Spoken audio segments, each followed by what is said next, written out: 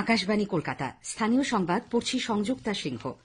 বিশেষ খবর, EPFO পেনশনভোগীদের digital life certificate দেবার একাধিক বিকল্প সুবিধার কথা ঘোষণা করেছে। শহরতলির যাত্রী ভিড় সামাল দিতে আজ থেকে দক্ষিণ পূর্ব রেলে 14টি বাড়তি ইএমইউ লোকাল চালানো হচ্ছে। রাজ্যে দৈনিক করোনা সংক্রমণ আরও কমেছে, বেড়েছে আরোগ্যের হার। হুর মহানির্দেশক বলেছেন, শুধু ভ্যাকসিন অতিমারির প্রকোপ রুখতে পারবে না। পশ্চিমবঙ্গে আগামী বিধানসভার নির্বাচনকে পাখির চোখ করে অমিত মালভিয়া সহ বিজেপি নেতারা আজ কলকাতায় সাংগঠনিক বৈঠকে বসছেন। জোটের রূপরেখা চূড়ান্ত করতে বামফ্রন্ট এবং কংগ্রেসও আজ আলোচনায় বসবে। করোনা সংক্রমণ এড়াতে মাস্ক পরুন ও ঠিকভাবে পরুন, 2 গজ দূরে থাকুন, নিরাপদ দূরত্ব বজায় রাখুন, হাত ও মুখ পরিষ্কার পরিচ্ছন্ন রাখুন। আসছি বিস্তারিত খবরে। কর্মচারী প্রভিডেন্ট ফান্ড সংস্থা ইপিএফও পেনশনভোগী কর্মীদের ডিজিটাল লাইফ সার্টিফিকেট দেবার জন্য একাধিক বিকল্পের সুবিধা দিচ্ছে। করোনা সংক্রমণ এড়াতে ইপিএফওর 135টি আঞ্চলিক ও 117টি জেলা কার্যালয় ছাড়াও এখন থেকে পেনশন অ্যাকাউন্ট থাকা ব্যাংকে এবং নিকটতম ডাকঘরে ডিজিটাল লাইফ সার্টিফিকেট জমা দেওয়া যাবে। দেশজুড়ে ছড়িয়ে থাকা 3,65,000-এর বেশি কমন সার্ভিস সেন্টারে এবং উমঙ্গ অ্যাপ ব্যবহার করেও ইপিএস পেনশনভোগীরা এই জীবন প্রমাণপত্র জমা দিতে পারবেন। শহরতলির যাত্রী ভিড় সামাল দিতে দক্ষিণ পূর্ব রেল আজ থেকে আরও 14টি ইএমইউ লোকাল ট্রেন চালাচ্ছে। সামাজিক দূরত্ব বিধি মেনেই এই পরিষেবা 81 থেকে বাড়িয়ে 95 করা হচ্ছে বলে রেলের এক প্রেস বিজ্ঞপ্তিতে জানানো হয়েছে। অতিরিক্ত 14টি ট্রেনের মধ্যে 7টি আপ এবং 7টি ডাউন। 7টি আপের মধ্যে 4টি চলবে হাওড়া ও পাঁশকুড়ার মধ্যে, 1টি করে ট্রেন চলবে হাওড়া মেদিনীপুর, হাওড়া খড়গপুর ও হাওড়া মেচেদা শাখায়। একইভাবে চলবে 7টি ডাউন ট্রেনও। আগের সময় সারণী ও স্টপেজ অনুযায়ী ট্রেনগুলি চলাচল করবে। সমস্ত যাত্রীকে দক্ষিণ পূর্ব রেল কর্তৃপক্ষ কোভিড বিধি কঠোরভাবে মেনে চলার আবেদন জানিয়েছেন। রাজ্যে দৈনিক করোনা সংক্রমণ আরও কমেছে, বেড়েছে আরোগ্যের হার। স্বাস্থ্য দপ্তরের গত সন্ধ্যার বুলেটিন অনুযায়ী 24 ঘণ্টায় 3012 জন নতুন করে সংক্রমিত হয়েছেন, সেরে উঠেছেন 4376 জন। এই নিয়ে টানা 12 দিন ধরে দৈনিক সংক্রমণ নিম্নমুখী।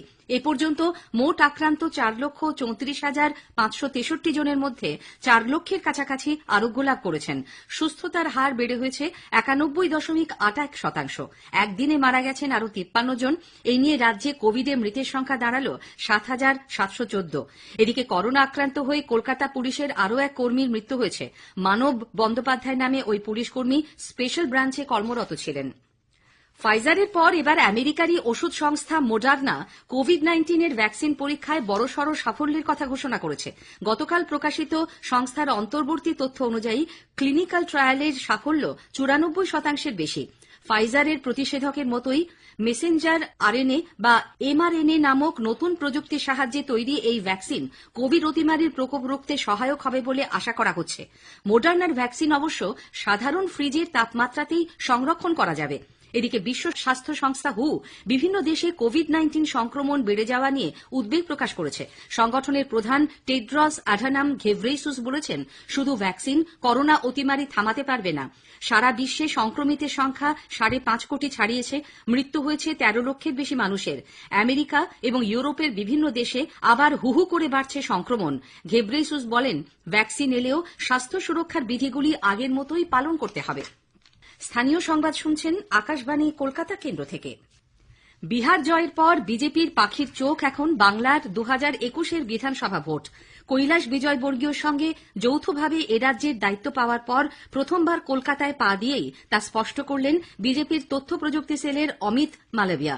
গত সন্ধ্যায় দমদম বিমানবন্দরে তাকে স্বাগত জানাতে উপস্থিত ছিলেন জয়প্রকাশ মজুমদার সহ দলের রাজ্য নেতৃবৃন্দ এবং কর্মী সমর্থকরা। সাংবাদিকদের শ্রী মালভিয়া বলেন, তৃণমূল কংগ্রেসের অপশাসন থেকে মুক্তি পেতে বাংলার মানুষ বিজেপিকে 200-র বেশি আসনে জেতাবেন। 2021 का विधानसभा चुनाव बंगाल के गौरव को पुनर्स्थापित करने का चुनाव है। ये चुनाव भ्रष्टाचार में लिप्त तुष्टीकरण और अराजक ममता बनर्जी की सरकार को रुखसती का चुनाव है। भारतीय जनता पार्टी को 200 से अधिक सीटें देकर बंगाल में विजय बनाएगी। बंगाल की जनता ने ये तय कर लिया है।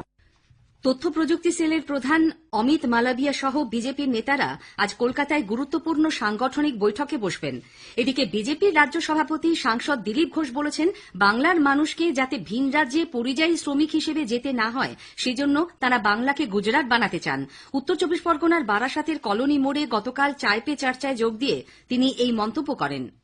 বিমান বাবুরা, বুদ্ধ বাবুরা আমাদেরকে ঝান্ডা বাহক করেছেন, আর ডাক্তার, ইঞ্জিনিয়ার, প্রফেসর হবে না, পরিযায়ী শ্রমিক হবে, আর সে চাকরি পাবে গুজরাটে, বাংলায় পাবে না। তাই আমরা এটাকে গুজরাট বানাতে চাইছি। দিদিমণি মাঝে মধ্যে বলেন গুজরাট বানাবার চেষ্টা হচ্ছে, আমরা 100 বার চেষ্টা করব, পশ্চিমবাংলাকে গুজরাট বানাবো, আমাদের ছেলেরা এখানে চাকরি পাবে, কাউকে গুজরাট যেতে হবে না। এই মন্তব্যের জন্য দিলীপ ঘোষকে তীব্র কটাক্ষ করেছেন তৃণমূল কংগ্রেস নেতা, রাজ্যের পুর ও নগর উন্নয়ন মন্ত্রী ফিরহাদ হাকিম। গুজরাট ইউপি হলে ভয় হচ্ছে যে এনকাউন্টারে মারা যায়। এখানে যত বড়ই ক্রিমিনাল হোক তাকে কোর্টে হাজির করতে হয়, কিন্তু ওখানকার নিয়ম হচ্ছে ওরা এনকাউন্টারে মেরে দেয়। সেই জন্য আমরা এটাকে গুজরাট করতে দিতে চাই না, আমরা এটাকে বাংলায় রাখতে চাই। বাঁকুড়া শহরে বিরসা মুন্ডার 45 ফুটের মূর্তি গড়া হবে বলে ঘোষণা করেছেন জেলা তৃণমূল কংগ্রেস সভাপতি, রাজ্যের মন্ত্রী শ্যামল সাঁতরা। বাঁকুড়া শহর লাগোয়া পুয়া বাগানে এই মূর্তি প্রতিষ্ঠার জন্য গতকাল সম্ভাব্য জমি ঘুরে দেখেন তৃণমূল নেতারা। উল্লেখ্য, গত 5ই নভেম্বর পুয়া বাগানে এক আদিবাসীর মূর্তির সামনে বিরসা মুন্ডার মূর্তি বলে কেন্দ্রীয় স্বরাষ্ট্রমন্ত্রী অমিত শাহ শ্রদ্ধা জ্ঞাপন করেন বলে অভিযোগ। এই নিয়ে চাপানুতোর শুরু হয়। রাজ্যে আগামী বিধানসভা নির্বাচন জোটবদ্ধভাবে লড়তে কর্মসূচির রূপরেখা চূড়ান্ত করার জন্য বামফ্রন্ট এবং কংগ্রেস আজ আরেক দফা বৈঠকে বসছে। এই আলোচনার দিন স্থির করতে প্রদেশ কংগ্রেস সভাপতি অধীর রঞ্জন চৌধুরী, বামফ্রন্ট চেয়ারম্যান বিমান বসু এবং সিপিআইএম এর রাজ্য সম্পাদক সূর্যকান্ত মিশ্রর সঙ্গে ফোনে কথা বলেন। এরপরই স্থির হয় আরএসপির ক্রান্তি প্রেসে আজ দুপক্ষ বৈঠকে বসবেন। বিধানসভা নির্বাচনের আগে সংবাদ মাধ্যমের কাছে বিভিন্ন বিষয়ে দলের বক্তব্য জানানোর জন্য তৃণমূল কংগ্রেস বেশ কয়েকজন মুখপাত্রকে নিয়ে রস্টার তৈরি করেছে। আজ থেকে রবিবার বাদে প্রতিদিন বেলা 12টা থেকে বিকেল 4টে পর্যন্ত তারা তৃণমূল ভবনের মিডিয়া সেন্টারে বসে বিভিন্ন বিষয়ে সংবাদ মাধ্যমের কাছে দলের বক্তব্য জানাবেন। সোম ও শুক্রবার সাংসদ সুখেন্দু শেখর রায়, বৃহস্পতি ও শনিবার বিশ্বজিৎ দেব, মঙ্গলবার শশী পাঁজা এবং বুধবার ওমপ্রকাশ মিশ্র বসবেন বলে জানানো হয়েছে। দলে আরও বেশি শৃঙ্খলা এবং পেশাদারিত্ব আনার জন্যই এই উদ্যোগ বলে পর্যবেক্ষকদের অনুমান। নন্দীগ্রাম সিঙ্গুরের পর এবার মুর্শিদাবাদের হরিহরপাড়ায় তৃণমূল কংগ্রেসের অভ্যন্তরীণ অসন্তোষ প্রকাশ্যে এসেছে।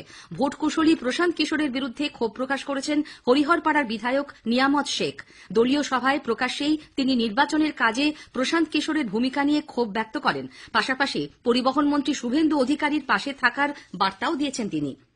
কোচবিহার জেলার তুফানগঞ্জের দেওচড়াইয়ে শাসক দলের গোষ্ঠী সংঘর্ষের ঘটনায় পুলিশ 12 জনকে গ্রেপ্তার করেছে। আটক করা হয়েছে তৃণমূল কংগ্রেসের দেওচড়াই অঞ্চল সভাপতি মুজিবুর রহমান এবং প্রাক্তন অঞ্চল সভাপতি ফারুক মণ্ডলকেও। এই দুই নেতার গোষ্ঠীর মধ্যে দফায় দফায় সংঘর্ষে এলাকা উত্তপ্ত হয়ে ওঠে। বেশ কয়েকটি মোটরবাইক ভাঙচুর করা হয়। পশ্চিম মেদিনীপুর জেলার দাঁতন থানার রসুলপুরে গতকাল বিকেলে একটি ঘরে বিস্ফোরণে 4 জন আহত হন। তাদের হাসপাতালে ভর্তি করা হয়েছে। মাঠের মধ্যে কাঁচা বাড়িতে বসে বোমা বাঁধতে গিয়েই বিস্ফোরণ ঘটে বলে পুলিশের প্রাথমিক অনুমান।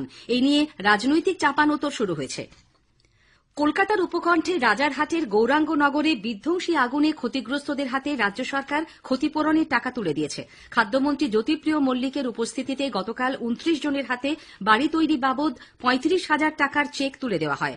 গত শনিবার ভয়াবহ আগুনে নিবেদিতা পল্লীর 29টি বাড়ি ভস্মীভূত হয়। খাদ্যমন্ত্রী জানান, ক্ষতিগ্রস্তদের চাল, ডাল, তেল ইত্যাদি নিত্য প্রয়োজনীয় সামগ্রী দেবারও ব্যবস্থা করা হয়েছে। উত্তর 24 পরগনার টিটাগড় রেল স্টেশন লাগোয়া একটি জুট মিলে গতরাতে আগুন লাগে। রাত 9:30 নাগাদ মিলের জুট ব্লিচিং অয়েল সেকশনে আগুন লাগলে দমকলের 3টি ইঞ্জিন রাত 11:30 নাগাদ আগুন আয়ত্তে আনে। হতাহতের কোনো খবর নেই। হাওড়ার শিবপুরে দুষ্কৃতীদের গুলিতে এক যুবক নিহত হয়েছেন। গতকাল রাত 9টার একটু আগে কফি হাউসের কাছে সাহিল আহমেদ নামে বাইক আরোহী ওই যুবককে 3-4 জন দুষ্কৃতী খুব কাছ থেকে গুলি করে পালিয়ে যায়। রক্তাক্ত অবস্থায় তাকে হাসপাতালে নিয়ে যাওয়া হলে চিকিৎসকরা মৃত ঘোষণা করেন। ঘটনার তদন্তে পুলিশ এলাকার সিসি ক্যামেরার ফুটেজ খতিয়ে দেখছে। এদিকে মুর্শিদাবাদের বহরমপুরে এক কাঠুরিয়াকে কুপিয়ে খুনের ঘটনায় চাঞ্চল্য ছড়িয়েছে। গত সন্ধ্যায় তারাকপুরের বাসিন্দা বছর 50-এর মোজাম শেখের ক্ষতবিক্ষত দেহ মেলে গ্রামেরই একটি পূজা মণ্ডপের অদূরে ঝোপের মধ্যে। থানার কাছ থেকে সহায়তা না মেলায় উত্তর চব্বিশ পরগনার জগদ্দলে এক কিশোরী অপমানে আত্মঘাতী হয়েছে বলে অভিযোগ উঠেছে। জানা গেছে, একাদশ শ্রেণীর ওই আদিবাসী ছাত্রীর মোবাইলে সম্পর্ক তৈরির প্রস্তাব এসেছিল। তাতে সাড়া না দেওয়ায় মেয়েটিকে সুপার ইম্পোজ করা অশ্লীল ছবি পাঠিয়ে হুমকি দেওয়া হয়, দেখা না করলে ওই ছবি সোশ্যাল মিডিয়ায় ছড়িয়ে দেওয়া হবে। দিনমজুর পরিবারের মেয়েটি জগদ্দল থানায় অভিযোগ জানাতে গেলে তা নেওয়া হয়নি বলে পরিবারের অভিযোগ। গতকাল বাড়িতেই তার ঝুলন্ত দেহ মেলে। এই ঘটনায় ক্ষুব্ধ এলাকাবাসী দেহ দীর্ঘক্ষণ আটকে রাখে। এরপর পুলিশ কমিশনার মনোজ ভার্মা মেয়েটির পরিবারকে অভিযুক্ত পুলিশ অফিসারের বিরুদ্ধে ব্যবস্থা নেবার আশ্বাস দিলে ময়না তদন্তের জন্য দেহ পুলিশের হাতে তুলে দেওয়া হয়। স্থানীয় সংবাদ শেষ হলো।